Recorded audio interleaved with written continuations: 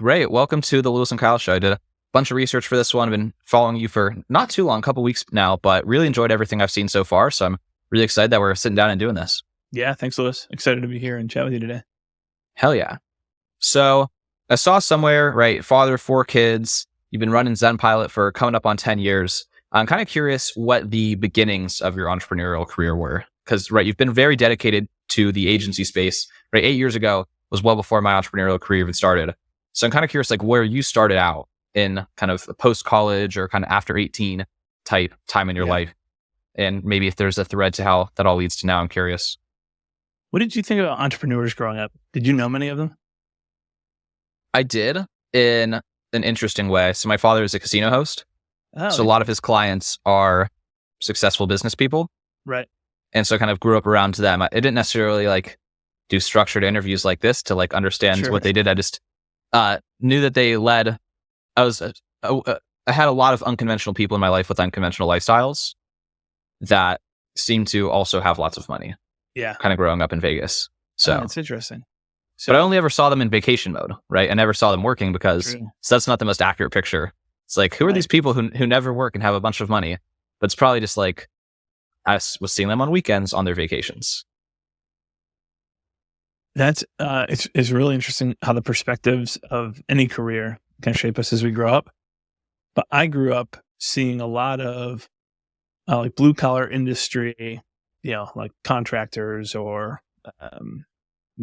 all kinds of companies in that vein. And most of the business owners that I knew were the guys who were missing their kids' baseball games, or marriages fell apart, or kids were like kind of running crazy. There were a lot of things that were not things that I admired. And so going to college, I was like, I love business. Business is really interesting to me.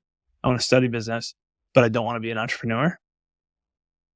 And then 4 years of college kind of worked that out of me to the point where I was a lot more pro entrepreneurship. And so we, kind of a long backstory to it, but did a bunch of marketing throughout college and started a marketing agency, I guess February of our senior year. So 2011, beginning of 2011, my business partner, Andrew, and I getting to graduation. And we were both kind of like, hey, we would probably learn a ton if we just launched a business, and it'll probably fail, but let's run it for a year and take these skill sets. I did a lot of web development and web hosting, and he did social media stuff and PR. And so we launched an agency, survived for a year, and we're really into the HubSpot ecosystem, and then built that agency and had some success. And that was kind of the original launch. The idea was, it's not a unique idea at all to start an agency, but the idea behind the idea was kind of, whatever the work is, probably what'll be most impactful long-term is actually who we work with. And we are great friends. We both have a lot of respect for each other's families. We've got shared values. So how can we kind of keep the business going keep this journey going together? And it'll probably fail, but we'll learn a ton, and then we'll go from there. And it wound up not failing. So it's cool kind of intro to the space. Absolutely. And you've stayed in the agency space very closely ever since, I guess. Yeah, for sure. Growing that first agency called GuavaBox, you're unprepared in the agency journey anytime you start out for just a series of obstacles that it is. How can you sell something? Then how can you figure out how to go deliver it? And then how can you figure out how to sell it at scale and then deliver it at scale? And that delivering it at scale piece was the big challenge. So we built our own project management software to try to make that easier, then spun that out to other agencies. And that wound up being the roots of what turned into ZenPilot today. At what point did you stop also servicing clients in a marketing capacity? It's a good question. So we moved as the software started to really gain traction. This is like early 2015. We made a classic mistake, and we took basically all the best people from the agency and we ported them over to the software side to grow and support. That company was a company called Do Inbound at the time. And so that was where a ton of the marketing agency work kind of slowed down, and we slowly shuttered it over the next couple of years. That makes sense. Yeah, one of the podcasts I've kind of dug up and listened to when I was researching for this was how to profit and productize and spin out the things that you develop while running your agency and make that a standalone thing. And it's funny, that episode was from maybe 2018 or 2019. And you still to this day, right? I'm looking over here in the corner of my screen, June of 2023. I always have to remind myself, are still kind of outlining a lot of the same thinking that you were outlining in that episode. So it's kind of cool to see this consistency over time, where one, the story of the agency, or not the agency, or whatever you characterize ZenPilot as, but the business you run today is an internal tool of an agency spun out that became a better business model than running the agency itself. And then as well, kind of what you're saying about the series of obstacles that you have to go through in the process of building a business, right? It's like you first have to understand how to get people to want to buy something from you, and then how to do that profitably, and then how to scale that effectively. That's exactly how you also described the process of like discovering assets within your business, right? Then you have to learn the skill of finding things of value, spinning out those things of value, using the resources you have in a productive way to get this to market, et cetera. So it's cool to see all this consistency between all of these different things just this quickly into the conversation. Yeah. I think there's a lot of that same stuff. I think the piece that people should not learn from looking at our story is how to keep the old thing going when you move to the next thing. So, the best move in retrospect was probably not shutting down a profitable agency that we'd taken, a couple $1 million from to bootstrap the software and get the software. Whereas we should have just kept that business going and hired other people. Found an operator. Yeah. And then kind of the same thing, I think our strategic mistake with Do Inbound, even though that grew and did okay, we were a little over 500 paying customers, which were agencies using the tool. So a couple thousand users inside the platform. When we decided to pivot into the training consulting business that we have today, which looks a lot like an agency, I call it training consulting because there's some distinctions, but it looks really similar to an agency. But that software, in retrospect, we were trying to bootstrap in the most competitive software category, project management, in a super tech-forward industry, in marketing agencies who want to be on the cutting edge of everything. And that recipe doesn't really make sense. I think we could have done project management for construction companies or for banks or some, another industry that's not as tech-forward, and probably been just fine with that approach. But we should have raised money or done something to spin that off, probably in retrospect. Like if I was going to go back and do it all over again, which hopefully at some point, that's the cool thing about life is there's a lot of opportunities to go do it again. I would not kill the kind of the thing that the byproduct spun out of. At the same time, prematurely is get to go do it. So it's not like a point of frustration, but just to point out for people, I think, who are looking at, hey, how can we spin off byproducts? We've got this cool thing that we've built that could probably be its own product and other people would pay for it. That's great. And there's cases where shutting down the maintenance, Slack is a great example. Basecamp's an example. Teamwork.com is an example. There's a ton of these examples where people have just kind of killed the old thing and gone all in on the new one. But I think more often than not, it's, hey, can you keep kind of both things alive? Keep the thing that you had working well, if it is, and build a new thing at the same time. Would probably be a lesson I'd take forward. Yeah, I think to your credit, a lot of what might be informing that opinion present day is how much you've learned probably since then about agency operations and making them lean, right? Because now it's like for you to operationalize that business into a thing that can survive without you is something you've done, 2,600 times, 3,000 times. So you're like, oh, it's so straightforward to like it would have been easy take, versus like right. with today's skill set, just like keeping that active versus kind of at the time, all the things you didn't quite know yet to probably run like a less tight ship while also launching it and just way fewer experiences than you have now. So it's kind of like as a second time founder or whatever time you are, right? As an nth time who's made 3,000 agencies run easily, I would for sure keep that agency still running easily. Right. Yeah, that's a great point. So probably unfair to look back on some experiences with today's lens of, that would have been easy to keep it running. Yeah. But I don't know. I mean, it's funny listening to you in the sense of like how many of those things are directly applicable to the decisions we're going through. I mean, we're telling you on our kind of previous connection we were having where we have the analytics agency going quite well, but we now have the kind of AI enablement that's really exciting and going well as well.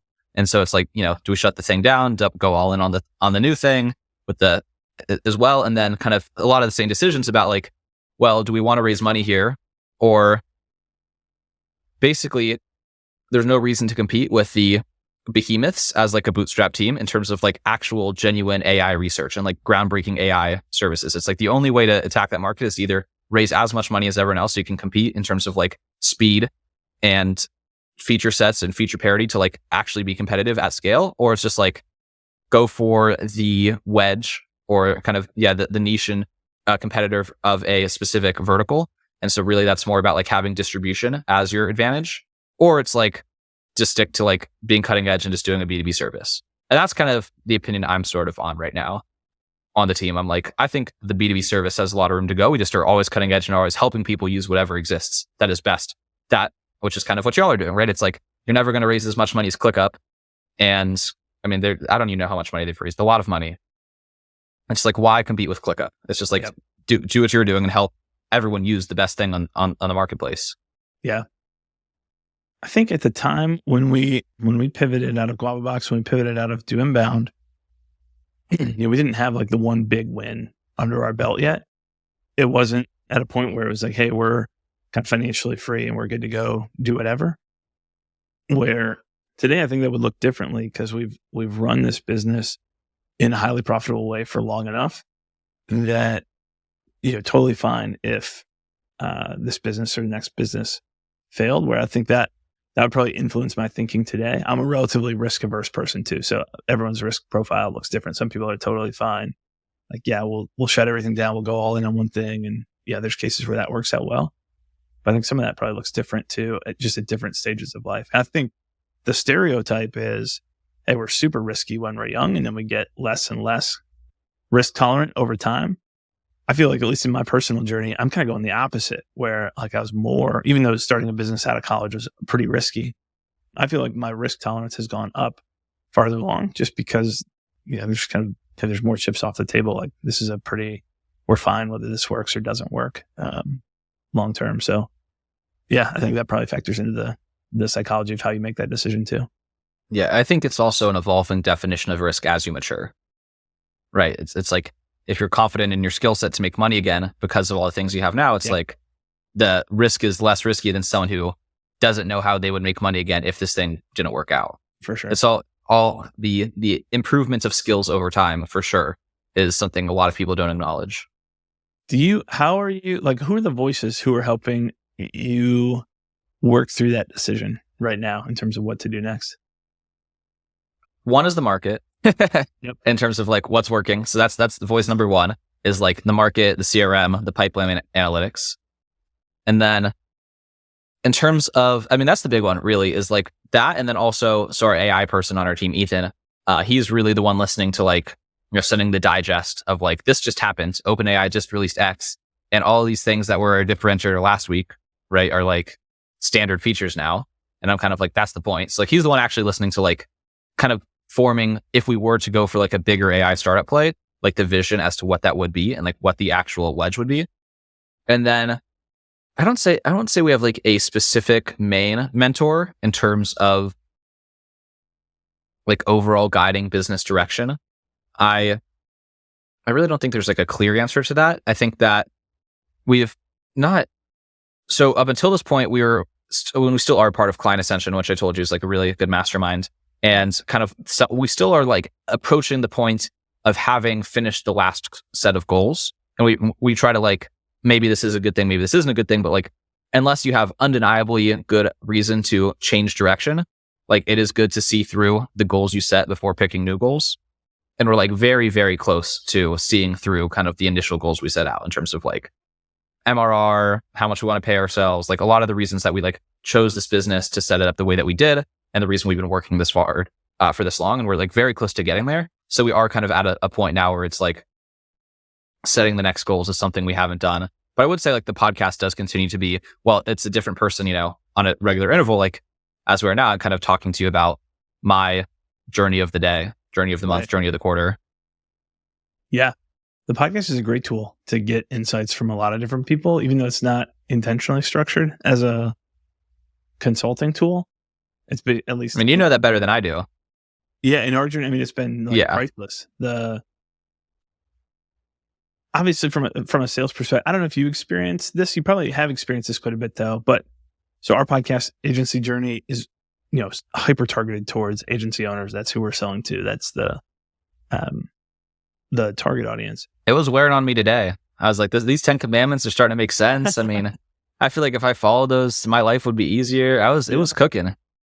So that has been profitable, like pretty highly profitable, because agency owners will get on a call and be like, I can't believe I'm talking to you. And I remember that happening in like 2016, 2017. I was like, what? Like, do you know that, I've been making like $60,000 or $70,000 a year here for a while, like slaving away on this software thing and not really making any money. But people feel like there's they feel like there's a strong relationship with you already. But the kind of hidden benefit beyond the sales that came from it, which were kind of the secondary effect, the hidden benefit was just getting to talk to people who were a lot farther along in their journey. And everyone had just those unique perspectives. And sometimes it was kind of direct questions and direct, hey, here's what I would take to do inbound if I were you, or here's what I would do differently. But more often it was just getting to hear kind of firsthand and ask the follow-up questions that you want to ask anytime you're listening along to a podcast. That was the powerful part. So that's a really cool tool that you got, and a smart move to build up the podcast and to have invested this long in the pod. Yeah, thank you. I would say there probably are some people I'm just like in the moment not thinking of who do provide us like a lot of insight and advice. Yeah. And I'd say most of them have been podcast guests in the past. That just, you never know, like who, I'm sure you can attest to this as well, like who you randomly connect with for an interview that matures into a long-term relationship where it's like you even forget that the podcast was everything that you did. Right. And who in your head is like a podcast guest. Like their kind of classification, like your head, if you're like tagging them, a database would be like podcast guest versus like friend owned. Oh yeah, I did meet that person because we did a podcast however many years back. Right. Yeah. And that line gets blurred. It is wild how that, some conversations stick out in your head as podcasts. And yeah, that's definitely happened to me a number of times where there've been a bunch of really good friendships that have come out of the podcast. And to think back and be like, yeah, we did a podcast. Oh, that was actually how we met. That's right. I totally forgot that. Is a funny dynamic. Exactly. What would you say, kind of any conversations from, I think it's 8 or 9 years of the podcast that like stand out to you as like, that was one of those conversations, one of those guests that just like said something that dramatically altered the course? Have you ever come across Marcus Sheridan? He's big in the HubSpot ecosystem. He's a speaker and also runs a large agency in the HubSpot ecosystem called Impact Plus. I guess they probably object to being called an agency today. He wrote a book called They Ask You Answer that has done very well. And his whole philosophy is just, hey, marketing is very, very simple. People are asking questions, show up and answer them. Everybody wants to know about price. Everybody wants to know about competition. Everybody wants to know about results and the pros and cons of this. And how do I make a decision about this?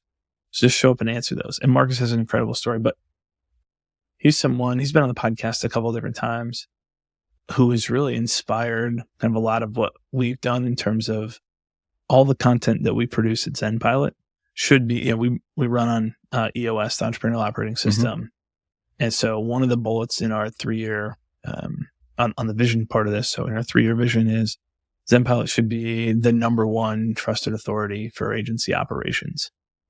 And how we make money is on a small component of agency operations. It's really tightly on the project management and process side, and how that bleeds into the data side of what you do and your people.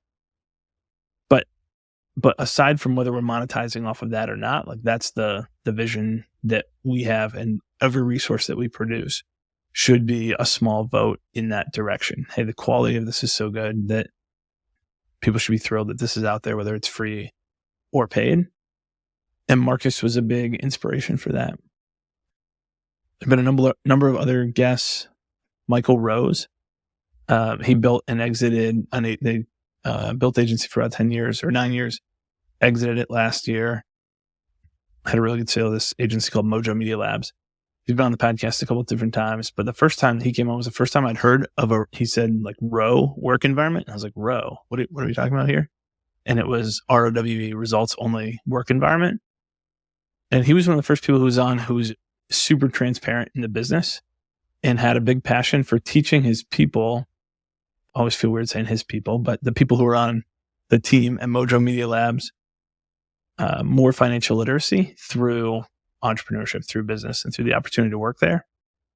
So that was an inspiration, and something that I want everybody who works at ZenPilot to come away with is an understanding like everybody on the team, one of the things that we build when we work with an agency is their agency operator scorecard. And hey, here's the key metrics. Here's how agency business model works. Here's the key metrics. Every single person on the team has to go through training and understand how that works.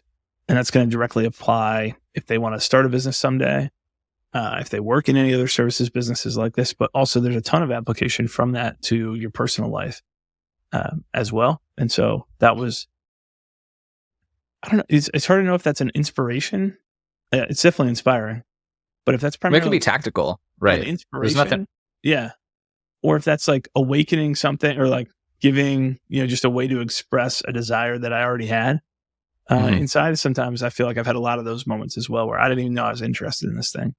It turns out that I was, or that I had a desire to do this, but didn't see a model for doing it. And so I've had a lot of conversations where somebody presented a model for something that I already wanted to do that I didn't know how to do before. Yeah. I think on a similar note, several of the most important takeaways for me from the podcast, from my experience hosting, has just been that like having a beat over my head several times to just like take this simple ideas seriously. Yeah. Like it's like scorecards. You're like the most revolutionary idea from 8 years of podcasting, right? Is like scorecards. But it's like, should it be something more complicated than that? It's like everyone just needs to there's a couple of key things that like when are on track, the outcomes are on track. And that's true for the organization as a whole. And that's true for every individual within the organization. And like get that right. And everything else kind of follows. Yeah. And if all the podcast does is just keep you reminded that like this, it's just about dialing in the couple of simple things forever, then the goal is to, in my opinion, to find the truth and to like operate based on the truth. And if the truth is simple, then great. That's honestly more of a blessing than if it's more of like a labyrinth or something just elaborate. It's like, it's not as exciting to like make this discovery, but it's like, is our goal to make exciting discoveries, or is our goal to figure out how to be like effective operators and make money, at least in this domain? It's interesting in our business. So we're known most widely for our work on top of ClickUp. We're their largest and highest rated solutions partner. And so people come in knowing that and wanting to see the sexy stuff inside of the software. Like, show me the craziest automation you've built, or show me the wildest, whatever. And it's like, we have all that stuff. And sometimes that is good for grabbing attention. We were talking about attention and how do you marketing and the reality is like the solution is, that's a piece of the solution for sure, but that's of the puzzle pieces of your process. How do we do things? Of your habits, does everyone do it the right and best way every time? And then the technology piece, like those advanced features inside a specific software are the least important of this entire equation. But, the boring stuff is, it takes us a while to learn, like, oh, actually, we do need that. I just finished, have you ever read The Great CEO Within? No. Who's that one by? Matt Mochary, I think is how you say it. The Mochary method or whatever. He's the guy with and his whole system is literally just a bunch of linked Google Docs. Is his entire coaching framework. So he's got... It's just Google Docs hyperlinked to other Google Docs. A ton of stuff out there about how he runs it. But this one, so the book was very much like my experience reading Traction for the first time by Gino Wickman. Mm-hmm. And even E-Myth by Michael Gerber, or Built to Sell by John Warlow. Like a lot of these books that have been pretty impactful in shaping a lot of my thinking.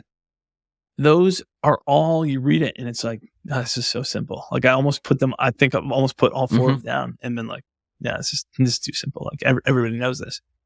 And the reality is, the systems, like the solutions are not that crazy. There's certainly a lot of intricacy in the details that matter a lot and that can create a lot of efficiency. But your point about scorecards, like if we don't know what numbers we're measuring, like that's always my first question for people who are trying to get the most out of ClickUp is, and there's like, I can't get the dashboard that I need. It's, well, what does the dashboard need to say? Mm-hmm. And the answer most of the time is, I don't know. I'm going in there and I'm playing with the widgets and I'm trying to figure out how to get something. But I haven't put really any thought into what is that metric? What are the inputs to get it actually tracked? And then how am I going to, pulling that back out is the relatively easy part once you know the software. If we can figure out what those numbers that matter are, what they should look like, and how they're going to get entered in the first place. Yeah, that's been kind of an unintentional constraint of Orbit Metrics has been, in terms of who that it is a good fit for us to work with. in terms of our initial offer has just been like data engineering and like building pipelines to facilitate reporting and visibility into data. And that's only a good solution for a type of client that has a mature operator's brain in terms of like, I understand what we need to know, like what we want to keep track of. And I just like can't get it from all these disparate tools, or there's too much volume for like off the shelf stuff to do it effectively. So I just need a software engineer to like come in and build this. Whereas more often than not, just businesses aren't ready for us in the sense of like, no, we need someone to step in and be like, teach a culture of like, teach proper analytical thinking and like data literacy to the company first. And only then was like what we do actually something they're prepared for. Or we just like be ready to meet them earlier, kind of more downstream in the funnel or upstream, depending on where they are. But it's so funny. I see so many of those books the same way. Like there's a line Russell Brunson has, which is like, you have to sell people what they want, but then fulfill what they need. So it's like, you have to just do all these kind of big gimmicks to get everyone's attention to make these popping ads. And then, you know, what does Russell Brunson tell you? It's like dream 100. It's like, you want to do whatever, anything, just like come up with a list of 100 people who do that thing and talk to them. I'm like, really? That's the big thing. Yeah. But it's actually what works as well. Yeah. So that's one thing I like about, and this is kind of one of my favorite religious teachings as well, is, so you have like the 10 commandments for agency owners to like live effectively. And I'd like for you to share some of those, but that's kind of one of the fundamental favorite teachings I've ever like learned from a rabbi is like, again, like in Judaism, there's technically 613 commandments, which is like so many and so complicated. And they're like, what if you just like in your whole life just did all the 10 commandments, just those 10? And like everyone just did those 10 things. It's like, how would the world look if people only ever committed to following those 10 rules? And it's like, it's pretty, like, it would be pretty utopian if just the first 10, everyone was like, there's no killing. And then everyone took a day off on Saturday, no adultery, no stealing. I was like, it's literally just, it could be that simple. Right. And so I think it's like the same thing. It's like your job is just to like give people 10 basic rules. It's like the first one is like, if it's not in ClickUp, it didn't happen. Yep. And literally just like, if you followed that, like everything else, we just do that and your business will run more smoothly. Yeah. I don't think that we do a good job right now of telling the story of the villain and the hero. But in the ZenPilot business model, the villain is chaos. Like agencies are famous for being, we all just think that like agency life has to be chaotic. And you talk to people who've been in the agency space for 10, 15, 20 years, and there's not even a belief that like it couldn't be chaotic in a lot of cases. It's like, no, this is just part of what we sign up for with agencies. And there's some element of that. I mean, we're dealing with people. It's a people business. So there's some element of unknowns that will always be there, and surprises that will always be there, and dynamics that will always be there. But it doesn't have to look like the kind of chaos that it is for most teams. But that's the villain, and the hero is clarity. Like, is everyone truly on the same page? Does the executive team, the leadership team, have the metrics they need to be able to make decisions around when to hire, how to price things, how to package things, what services to keep, what services to kill, who to promote, how to staff, all of those types of things? Does the kind of account management and project management layer know what resources they have and where their projects are about to go off the tracks or aren't about to go off the tracks? And then the individual contributors have, what do I need to do in the day-to-day? What are the priorities and how do I actually get that done? And so if the villain is chaos and the hero is clarity, having everything in one system, it doesn't matter what the system is. Obviously, we're building that around ClickUp, but if everything just lived in one place, life gets 80% better. Like just from that, just using the search function. If you had it poorly architected in ClickUp and you just had everything actually live in there, you'd be in a pretty good place. You need a lot of that architecture to be able to give people the system and the mental categorization ability to be able to actually put things in there and be excited about building that habit. But yeah, you're exactly right. Like the simple scales. Yeah. Once ClickUp rolls out semantic search, I don't know if that's on the roadmap or not, but like it's got to be. Yep. If you like make a vector embedding of everyone's entire workspace and then some mapping there and then create semantic search, then it'll really just be like, put it all in one spot and you're fine. Yeah. Yeah. That is a huge need. Do you have a favorite implementation of semantic search? I'm that you somewhat like working the best.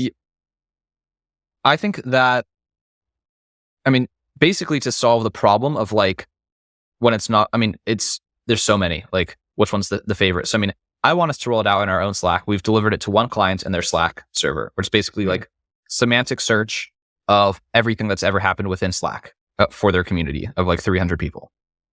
And so it's like, who said this? And it's a semantic search and it's a chatbot at the same time.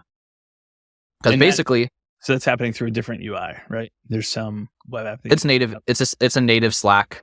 Back cool. to what was the thing you said about? I mean, it was like processes need to live where the work is done or something. Yeah, exactly. Yeah. So the chatbot, the search engine lives where the information exists, basically. Yep. So it's just a native Slack bot that makes a call to an external API that has access to the database that has all of the knowledge in the vectorized format. So that one's like super convenient and super interesting. And like as well, that same database also has recordings of all of the curriculum that's related to like all the video trainings, all of the recorded calls for this community. And so it basically like, it takes all of these dead assets because like everyone always talks about, oh, there's so much value if you like go read the archives and there's so much value for you watch these old calls. I'm like, but they're not labeled, right? It's like, I don't know, like I don't know that you dropped a bomb of value on like March 12th of 2021 before I even knew this thing was a thing. I'm never going to go back and watch that. But it's like, hey, is there like a point in time when someone like went on a monologue about process or someone on a monologue? Does anyone in the community know EOS, right? Would be a good question. It's like, yes, actually, there was this 10-minute segment on this call 2 years ago where this guy went on an absolute tear about EOS. Yeah. And then you watch that and then you reach out to that guy and then you make some progress. So that's one application that's really cool. And then I also just think like SOPs in general, like, hey, do we have an SOP for new client onboarding, right? Because maybe you type in onboarding, but there's another word for it, which is like how the document's labeled, which is like new client starting or like launching a new client project. Right. And so like none of the words overlap. So the keyword-based retrieval does not work. Right. So semantic search is a big thing I could nerd out on. Just it's like so useful. It's like so mildly useful, but like so mildly useful all day, every day. It's like typing like 20 words per minute faster. It's like, I don't know. Again, I'm not going to create a whole online course where I'm like, learn how to type 20 words per minute faster and assume I'll get all this attention for it. But like, it does make your life a lot better. It's these quality of life things that compound. And when you're sitting on a big engine of a 300 person organization, 1,000 person organization, like 10 to 20% improved efficiency for all of your workforce matters a ton. Right. Yeah. I think if you look at probably in both, I mean, in what you guys are building, there's just massive efficiency improvements that ties directly into quality of life, which ties into, like there's all these downstream effects of that around if people are happier at work, that changes retention, that changes replacement costs, that changes client retention, that changes churn, that changes our unit economics. There's a lot of downstream effects of that. What I have consistently found working with all these agencies is the potential impact of getting operations right is always undervalued.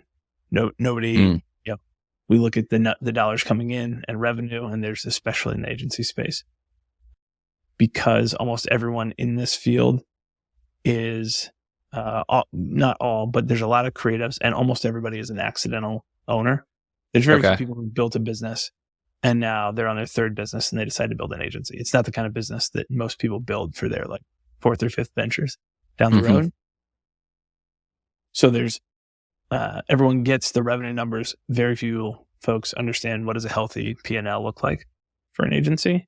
So there's just a total kind of blind spot to what's possible around efficiency. And so the industry norm is a 12% profit margin. And you got folks who are thrilled to be at 20%. And 20% is fine. That's compared to the norm, that's a very healthy agency. But there's just a lot of opportunity for agencies to run with a ton more efficiency.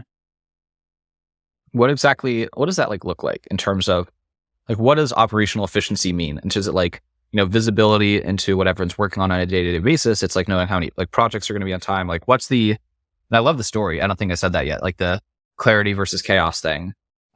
That's gonna come up. I'm gonna use that again. That's coming up. I'm gonna use that with Sean. I'll be like, clarity versus chaos. Agency life doesn't have to be chaotic. It's an episode I did not too long ago with this guy Vash, who I actually have hired as a performance coach for myself. He's always very big on emotional addiction that entrepreneurs have. right? So it's an emotional addiction to chaos, right? Because it's like your sense of normalcy, your familiar state of being is chaos, and your underlying belief is that this is chaos, right? And that also like justifies a lot of your behaviors, for example. So like if you're a stressed person, and you can justify that stress because it's like, well, I chose to do this chaotic thing and it's necessary. So it's like, you just don't know what to do. And this is what, the Joe Dispenza books are about, like breaking the habit of being yourself is just like a really difficult thing to do. So it's like, all of a sudden, if you're being an asshole and your excuse for that is because you're stressed and your excuse for that is because agency life is inherently chaotic, it's like a whole paradigm shatter to be like, you actually are the kind of the only person reinforcing that belief. Like it's completely arbitrary. Yeah. And then it's just a set of like, you can think yourself out of the problem in terms of like, okay, great gray, like, okay, it can be simple, it can be smooth. And then that's actually where it's like, you're pretty necessary to like people. To some extent, like I can point the finger and kind of laugh at like the silliness of it, but it is like, it does happen just because people aren't equipped with the systems to like actually make the other reality, to provide evidence for the other reality and sustain the other reality. Yeah, for sure. You asked about what efficiency looks like. And I think it's all tied to that. It's like, if we don't have a pattern of knowing or seeing what efficiency can look like, how would we know that we're missing anything or know that there's a better way to do things? So like you think of efficiency, you think of saving time as one. And I think of it as kind of our efficiency at earning our revenue. Like how can we earn our revenue in fewer hours? That's basically your delivery margin in a business. You think of an agency and kind of these three main buckets of you got to grow the business, you got to deliver. So sales and marketing is your growth, which is really making the promises that we make to our clients. Keeping those promises is a function of delivery. And then you've got operations on the other end, which is just, hey, we got to keep the lights on. We're staffing people. This is people culture, HR, legal, finance, that kind of stuff. So in terms of how we earn those delivery dollars, earn and what we're getting paid for the promises that we've made, the efficiency, which is largely a function of time, of doing that comes down to like, it's not like going back to the simple scales mindset and simplicity. It's really a function of how does work get into the system in the first place? So who's putting work into the system? Who's allowed to? In 90% of agencies, there's no documented, standardized game plan for how work actually gets added. Does that get added by the account managers? Does that get added by everybody as they think of things? Does it get added by project managers? Are they looking at anything when they're adding it in, or are they just throwing it in? And we wind up with all kinds of chaos caused by that. Who's holding people accountable? And do we have people? Does anybody go back and look at it? So we've done the actual work. Does anybody actually go back and do a realistic postmortem of where time went? And how do we find out who's more efficient at things and who's not? It's such a basic thing that if agencies simply did that, or any business, it's not just agencies, but agencies is what I see all day. If you just look back and looked at two different people who do the same type of work and who does it better, which you can analyze based on the type of work that it is, there's some variance there, and who does it faster, you could probably pick up 10% of efficiency in pretty much every agency just by looking at that and then getting people into who actually is proven to do good work. The best predictor of future performance is past performance. So that's one. Separately is like the whole other side, informing what we charge clients. Very few agencies are going back and looking at, here's what we charged, here's how much time we spent. And if we do the math on this, which clients are most profitable, which clients are least profitable. So it's kind of the second area to go improve. Sometimes that means we just need to charge more for it. Everything's fine. We're doing the right work. We're not as efficient as we want to, but it's just a new service line. Maybe we just need to charge more. Sometimes it means we have to find a way to do this faster and more efficiently. Sometimes it means, hey, we've tried and we are not figuring this out. We just need to cut this service line altogether or outsource it somewhere else. But that's kind of the second big vector. And then the third big piece is the same piece of service. So the second one is clients, and the third one is service line. Should we continue to offer this as a whole? If we look across all clients, when we do, this reporting and dashboards work, are we making more money than when we're doing the AI work? or are we not? And we're willing to tolerate a lower margin on the AI work because we're learning and this is brand new and we're figuring this out. So that should be an intentional decision, though, not an accidental one where the number of teams that you go into and you just ask that question and first they have no idea and then have them guess and then actually get metrics back on it and find out that they actually had no idea. Usually they'll get the most profitable one and the least profitable one, but in the middle, no idea of what's costing money versus making money. Yeah, this has been one of the cooler things for me that's validating is how little some of the advice you're giving has changed from like that just general episode I listened to from like some years back.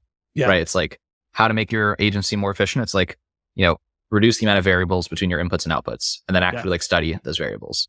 And back to what you're saying, or we're both saying about understanding like how people can unlock like the more peaceful way of being is just continuing to accumulate like all of these different tools. So it's like, that's now a mental model I'm going to have for like, I've heard before, right? Obviously it's like, you want to be working with a similar type of clients, doing similar types of projects so that like you develop efficiencies and all of those things. Yeah. But it's like characterizing that and being able to describe that in terms of like inputs and outputs. It's like, is this a type of team where they have internal engineers, or is this a type of team where we're their only engineering resource, right? So there's like an integration project where we have to just figure out how to adapt with whatever they do. Or is this like a standalone thing where we also have to like build all of our own cloud infrastructure? And from an operations standpoint, then we also have to figure out how to manage billing for cloud versus like we just work on their cloud, all the billing, everything else is set up. And just like a million other variables, right? Do we only work on projects where we work with other engineers, or do we only work on projects where we're the entire engineering department? And right. And so that's so many examples of that. And then in terms of the outputs as well. So that's like a really helpful framework for seeing all of that.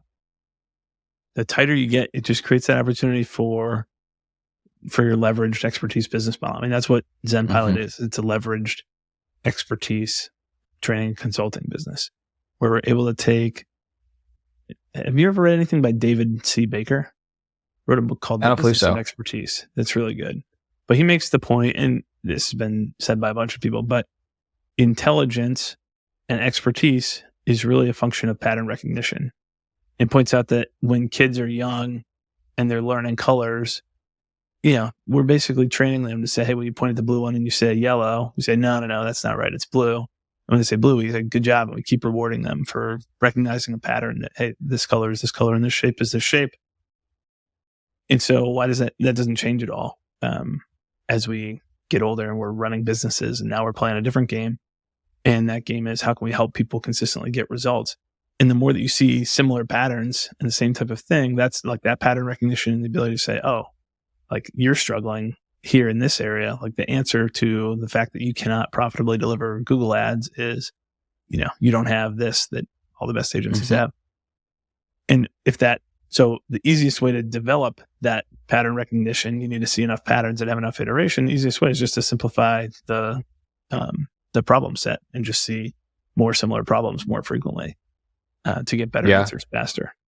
So everyone's kind of concerned with seeing like A to Z, right? And this is where like another big thing I've consistently learned from the podcast is I just find people like yourself who have basically found, I don't know, like what letters to pick arbitrarily and like the whole spectrum of all the letters, but it's like you take businesses that are at a J, take them to like a Q, right? Yeah. Or maybe like way more narrow than that potentially. Maybe you're literally just like M to P or something. Whereas like, and so like Alex Hormozi, right? His whole thing is he's like, with acquisition.com or whatever it is acquisition.com. It's all about, I got really good at taking businesses that are at $3 million, 3 to 10 million and taking them to 10 to 30. That's it. I have no interest. Don't talk to me until you're at 3. If you're already over 30, don't talk to me. It's like, but if you just happen to be at this specific band, that is exactly who I understand how to get from A to B. And so many communities have popped up just for like, because of the power of like the internet and serving like all of the people with the same problem in a very specific way. Not the problem of like, how do I grow my business, but like, how do I grow my B2B service business from 50K a month to 200K a month? Like all of those people, really, really, really, really similar. And just the expertise you have for them is like, and I don't know if that's the actual niche that you have correctly identified or not, but like the level of expertise you have for that specific group of people is so mind-bending because it's like, who else has talked to 2,000 people in that exact same situation? Yeah, right. And I think this is only going to go further, like to go back to semantic search and the work you guys are doing around AI. the internet's what's created the opportunity for so many niche businesses. Like along that long tail distribution. The long tail, and the long tail's just getting way longer. Yes, exactly. AI. You can be niche of a niche expert, and people will be able to find you. I see where exactly, because of the semantic search. Yeah, it's not something that we're necessarily doing. Just like straight up, just like social media algorithms getting better, like semantic recommendation algorithms, basically. As well, or something like that. Like this business today, if you said, "Hey, I'm only serving agencies," really only serving agencies who are, they can't just be figuring out what they do, because if they don't have anything good, there's no point in productizing and like really ramping up the model. They have to have something proven that they can sell, and now be at the phase where they're selling it at scale. So you've got kind of like this niche of a niche, and we want them to be running on top of this one specific software that at the time we picked it was very small. That type of business, I think, will be even easier to create, and more important to create moving forward for distribution. Yeah, no, I think I completely agree with that. It's super cool. What are you doing as the CEO right now? What are you focused on? That's a good question. So I'm sitting in 2 seats on our accountability chart right now. So what I'm trying to do is trying to get into 1 seat. That's like the specific focus of this stage of the business. So I'm currently sitting in the integrator seat, which is that CEO kind of bringing together those 3 areas of business: operations, delivery, and growth. But I'm also sitting in the head of growth seat right now. Okay. So kind of managing our marketing and our sales efforts together. That's the seat that I need to get fired from first. And then ultimately I'll get fired from the integrator seat as well. But because of that, my days are split roughly 60-40, or my weeks are split roughly 60-40 right now between a growth function. So key partnerships, working on marketing assets, like I'm going from this call to running a community presentation next for a community of agency owners. I've got a friend who runs, and so I'll go do a presentation like that, once a week or something along those lines, and occasionally in the sales process, but I'm mostly out of the day-to-day on that side. But if there's a referral or something, and then 40% of my time is on the CEO side, or the integrator role in EOS parlance. That is making operations work well with growth, so that we're profitably acquiring new customers, and making those 2 functions work well with delivery, so that we're keeping those promises and we're staying in sync around and the coolest thing in this business is all the discoveries and stuff that's happening on the delivery side of the business. It's like, hey, we just figured out how to help this agency increase efficiency by an extra 30% by this tweak, or we plugged in AI to help this team build a lot of their processes. How can we take some of those things and repurpose those on the growth side? And then how does that impact our operations model and who we're hiring for? So like the AI example is a great one. Everyone gets stuck with the blank page when they're creating processes. And so for a team who's launching a new service line, and they've got some inputs, but nothing structured like a ClickUp template needs to wind up looking like, we built out this spreadsheet, and then we took a piece of what we do with our clients, and now that's a free resource on the growth side, shared that on LinkedIn. And Jeff, one of our team members who built it, do you like these? I hate these, but he did. As like the Twitter auto DM? Yeah, same type of thing. But he did it on LinkedIn. Okay. Which means he got banned from his LinkedIn account, or got shut down pretty quickly. But interesting. It was AI focused. It was process focused. It was a really cool use case. It was around ClickUp. And so it was like 1,000 comments like in a day or whatever. Those things, I totally get that they work, but I hate doing those types of things. But we'll probably play more with that as a result. But that's been a cool opportunity to take basically the expertise that's happening on the backside of keeping that promise and continuously getting better, and push that back to the growth side.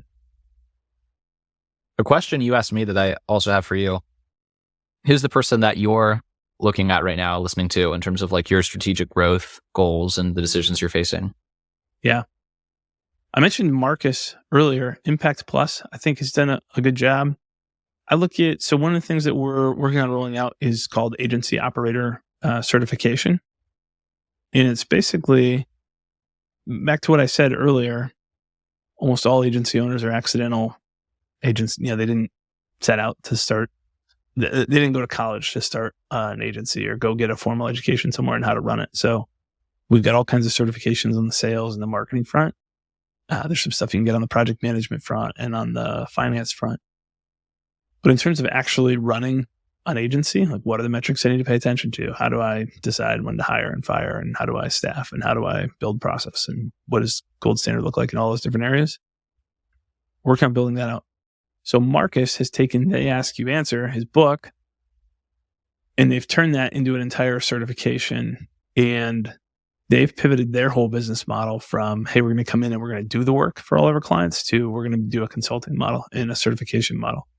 And we're going to teach people. And we see the exact same thing where the best results, there's cases where we should come in and build stuff for people. But the best results are when teams can internalize a ton of what we're bringing to the table, and they know how it all runs inside and out. And that, that empowers them for the long term. They don't constantly need to rely on us to go build this new thing or update this template when it changes. They need to know how to do that. So we're trying to build the same type of model. And companies like EOS are an inspiration along that line. And kind of separately from that, I think of kind of mentors in different areas. I think of Pete Caputa at DataBox and what they built around the marketing arm as the type of marketing that we want to do. Not the same vein, but the same idea of, I want the stars of our marketing to be our customers and our audience. So you and I haven't worked together yet, but you're running an agency. You've got insights that I don't have. You're boots on the ground at an agency, that I'm not seeing the same way. So how can you be part of our marketing and we can just be the voice and the channel to centralize a lot of that stuff and share it out with our audience, and then obviously share the best stuff that we're learning on the delivery side as well. So, and there's probably a handful of other in kind of each area, different people who I look to, but that's one that I respect a lot. Those are two really solid answers into kind of the long-term vision. I see that certification being a really interesting play. Yeah. What is and this is a bit of a Googleable question, which I try to avoid asking on podcasts, but sometimes I feel like back to the accidental agency owner thing, right? To some extent, I feel like that doesn't apply to me in the sense that like we very deliberately chose this business model for a lot of its strengths in terms of like, not reliance on external capital, not reliance on your own capital, and just like, in same reason you chose it, like earlier in your career, this is the best way to like accumulate a huge variety of entrepreneurial skills. Yeah, no but country.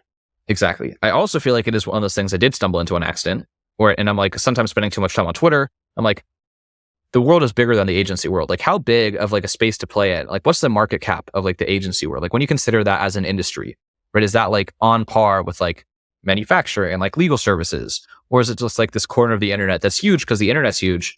But like, sometimes I just like, it's like a bit of a paranoid thought I have is like, I'm kind of in this bubble of the agency world, but it is a huge world, but it's also not in the scheme of like, should I be trying to serve some like actual top 10 biggest industries in the world type thing?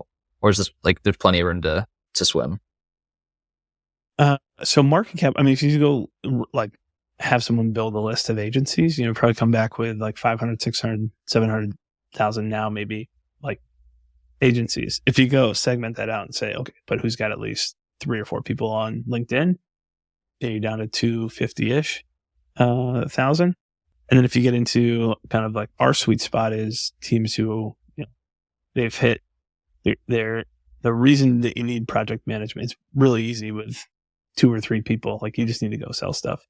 It's never easy, but it's easier in terms of project management. And once you start adding in contractors and other folks and you get to the 8 to 10 person mark, like you really need to be in some tool for sure. You should have been in before, but at that point you're not going to have a choice. So the market cap, now we're only servicing on top of English as well. So we're looking at kind of in that ideal segment, probably 20, 25,000 firms around the world, which is plenty for what, for us to accomplish what we're doing. Our 10-year vision is 5,000 agency operator certified teams, where we've taken folks who are really in your shoes and said, hey, a ton of people have, it's not that there's no thought that's gone into selecting the business. There's no training into how do I build this? How do I know who to hire and when to hire? How do I make decisions about what service lines to add and when to not add it? And where do we focus attention and what numbers should be on my scorecard? And how do I hold a team accountable? to those things? And how do I roll out processes and roll out project management in a way that creates clarity for everyone and eliminates chaos? So it's big enough for what we're doing now, but certainly not, there's ideas where just serving the agency space does not make sense at all. Yeah. Well, there's plenty of other really similar dynamic companies that suck at project management that probably like the transfer would be quite high for what you do. Yeah. Yeah. That's been really challenging to figure out how to stay focused. So in-house marketing teams, LegalZoom is a great example of, in-house, a pretty good sized in-house marketing team that largely functions like a marketing agency, worked with us to implement ClickUp, have had a ton of success on top of it. That's one where there's so much overlap that fits really neatly into what we're doing. It is really difficult though to try to stay focused and figure out, hey, where do we say yes and where do we say no when folks who are not agencies find their way in and say, hey, I heard it from our agency or from somebody else that you're the people to talk to about ClickUp. But certainly that'd be a relatively easy spinoff if we decided, because there really is a decision to be made in our business model about, as we keep growing, if we want to expand that TAM, is it now we'll go service on any platform, not just ClickUp? Or is it now we'll service any type of customer? You have to still be on ClickUp, but we'll service any type of customer. And obviously right now we've gone down the path of, no, we want to be agency centric and know this business model super well and bring our value there.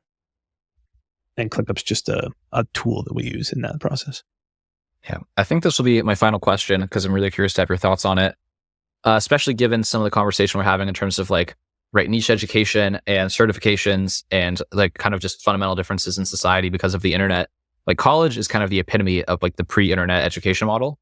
It's like really generalized, really not one-on-one, not super clickable, not super valuable. I'm curious for you, and if this is too personal, you don't have to answer it, but like what your thoughts are on like the usefulness of college for your own kids even, or like kind of 5-10 years from now. I don't know how old they are, but like, yep. It's like, because I have a hard time thinking I'll want to send my kids to college. I understand like wanting them to like do some fun things in that period of time. I'm just gonna be like, move to Ibiza and take online courses. It's like, It's like, what, I don't know. Yeah. I don't know yet what that'll look like. I've got 10 years on a conventional timeline before our oldest is going to hit that age.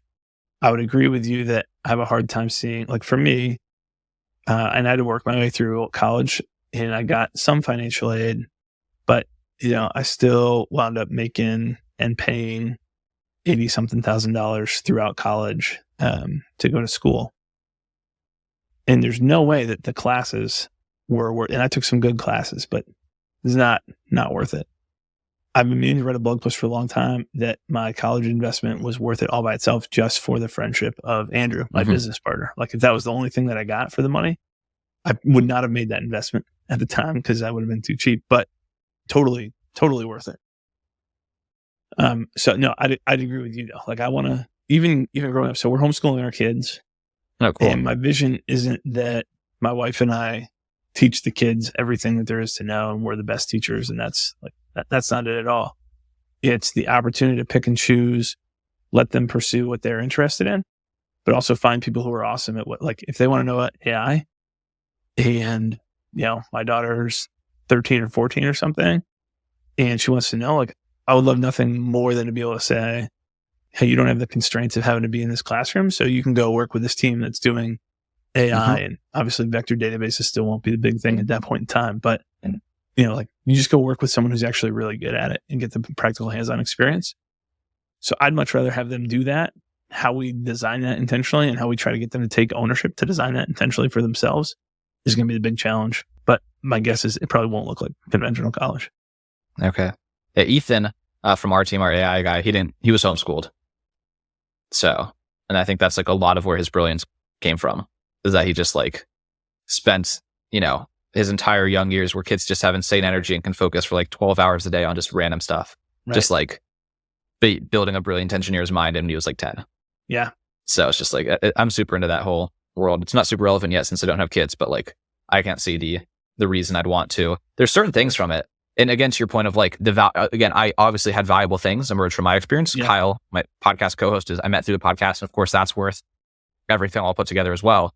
But in terms of like answering the question objectively for someone else in a prescriptive way, it's like, of course, you would have done other interesting things, met other like the counterfactual is still 100%. probably that you just like meet another interesting person in some other interesting way that like leads to some amazing thing. Right. And that's kind of like my defense of like, my parents are like, well, you made great friends and look at all this amazing stuff that happened. I'm like, the alternative wasn't I spend 4 years with my eyes shut in a dark room, right? It was like I do other interesting things around other interesting people.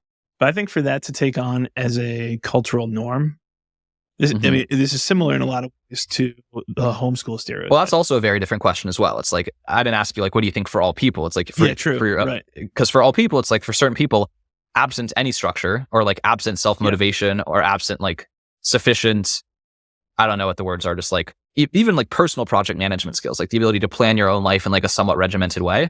You're definitely better like having college than like being completely aimless. Yeah, for sure. Like if you think that you're going to give a person direction, that person has demonstrated direction, then this path doesn't make as much sense.